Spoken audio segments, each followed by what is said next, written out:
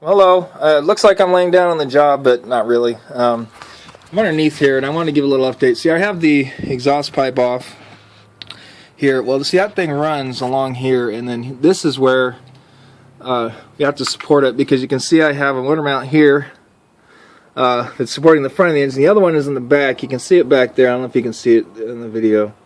But there's that, this one, and they're both attached to the transmission, so we have 3 on the transmission, which means there's only 1 on the engine. So when this thing is out, normally you would put a brace on top of the engine and hold the engine up, and I may have to build something because this being so high, I had to support the weight here. As I remove this cross member, transmission will come down. Normally, like on all the other ones, like I said before, I would take them out as a complete unit, but because of this one, there's not enough room. Well, there is enough room, but it would take so much longer to pull the engine out completely.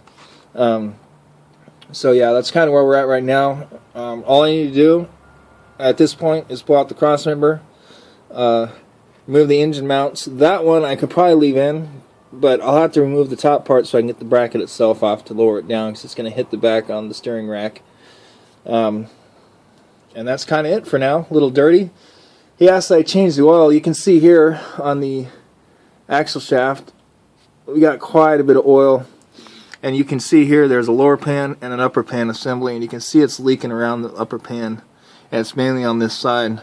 And you can see over here, this is where the pulley attaches.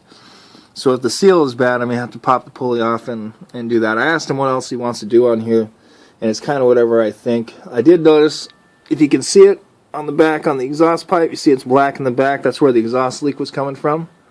That's why I was making some funny noises. It runs a little rough. The engine does. It could be a number of different things, but we'll take that one step at a time. So for now, we'll just kind of keep plugging away. I'm only about 4 hours into this right now. It seems like it's going a little quicker. So maybe the prayers are working, all right? But yeah, you know, I'm not afraid of what I find in the transmission, because I can fix it. The only thing I'm concerned about is the price, right? Because you know, you can fix basically anything, but the question is, how much does the customer want to pay? Not pay me to fix it, but I mean as far as the parts go, because torque converters will run you about $200, you know. And I mean, he probably gave me enough money for a new torque converter and some other parts for the thing. So at least we can get it done, and we'll worry about labor costs later. I'm not too concerned with that. So. But assuming it's a torque converter, I'm really afraid of it's being the bell housing, because if it's the bell housing, as far as where the seal is, hopefully the seal just bent, right, so that way it's leaking around the seal. But the amount it's leaking, I don't know. If it's the aluminum housing that houses the seal, I can't really replace the seal because it'll still be oblong. I guess I could throw it in with some epoxy or JB weld, but that's not the proper fix. The correct fix would be to replace the entire transmission case. I had to do that before, and one cost me about $80, which was used. Transmission didn't work, but I didn't want the transmission to work. I just wanted the case, and I took the internals out of this one and put it in the other one.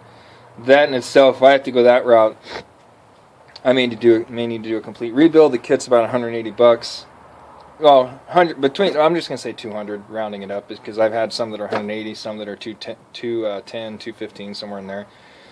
And then the book, the repair manual for specifically for the transmission, that thing usually runs about $25 to $30.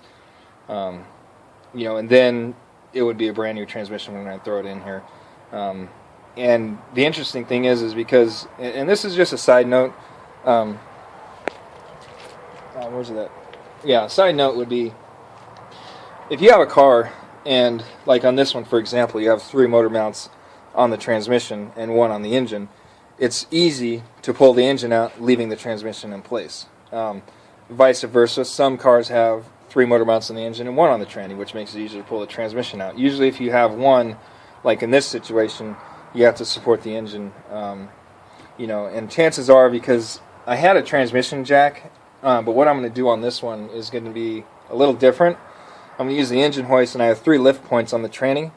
And as long as I keep the tension, I will be able to mark on the chains where the chain is attached at, so even if I pull it out, remove the chains, I can attach it in the same spot, and lift it up so it's square, so it should slide right back on. As long as, it'll take a while to set it up before I drop it, but then it'll make it easier, right, when I go to put it back on. So just want to kind of give a little update.